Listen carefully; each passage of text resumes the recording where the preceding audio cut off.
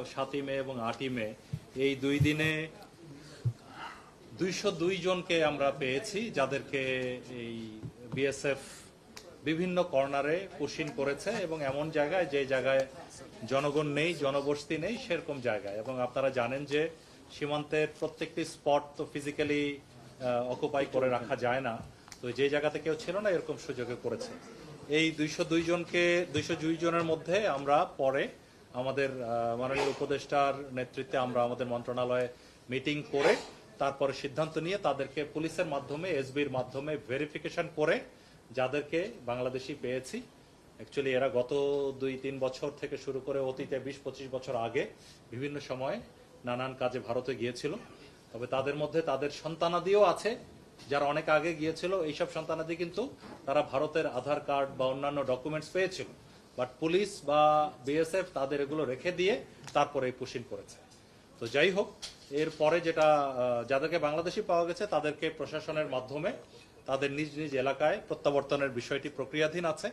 আবার এর মধ্যে 39 জন রোহিঙ্গা পাওয়া গেছে।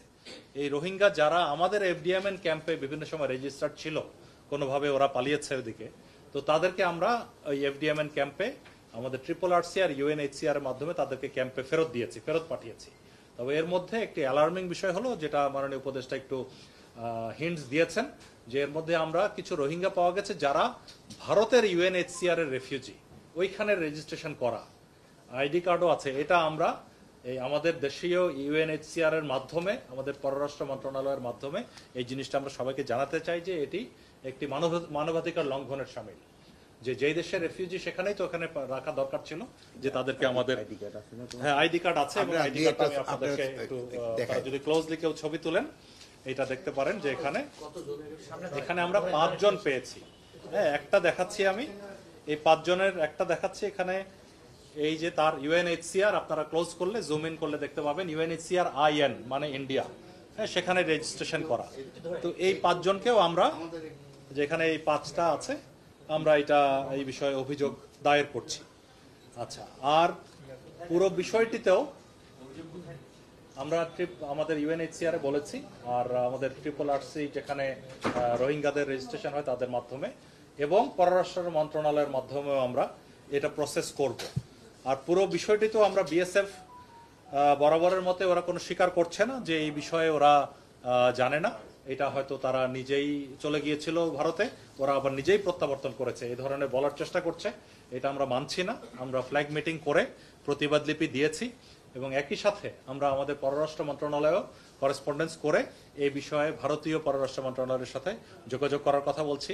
তারা যদি বাংলাদেশি হয় আমরা গ্রহণ করব, এবং সেটা একটা ফর্মাল প্রসেসের মাধ্যমে হতে হবে, এভাবে লুকোচুরি করে দেওয়ার মধ্যে না। আর সেই সাথে আমরা জানতে পেরেছি যে খাগড়াছড়ি এলাকায় মূলত আরও প্রায় 200 থেকে 300 জনের মতো এই ধরনের শরণার্থী ওপারে আছে, যাদেরকে বিএসএফ পুশব্যাক করে দেওয়ার চেষ্টা করছিল। তো আমরা এই পেট্রোলিং বাড়িয়ে এবং সজাগ দৃষ্টি থাকার কারণে গত 2 দিন ধরে তারা চেষ্টা করছে, পারছে না। সো ওইদিকে এখনো আছে। আর ইতিমধ্যে আবার ওইদিকে গ্রাউন্ডে না পেরে আপনার সুন্দরবনের এদিক দিয়ে একটি মানে রিমোট একটি চর, মান্দারবাড়িয়া একটি চর আছে, সেখানে ওরা কোনো একটা ভারতীয় কোনো জাহাজের মাধ্যমে এসে আমাদের আরো 78 জনকে ওখানে ফেলে গেছে, যেটা কোস্টগার্ড তাদেরকে উদ্ধার করে, সেটা কোস্টগার্ডের এলাকা উদ্ধার করে তাদেরকে নিজ এলাকায় পাঠানোর বিষয়টি প্রক্রিয়াধীন আছে।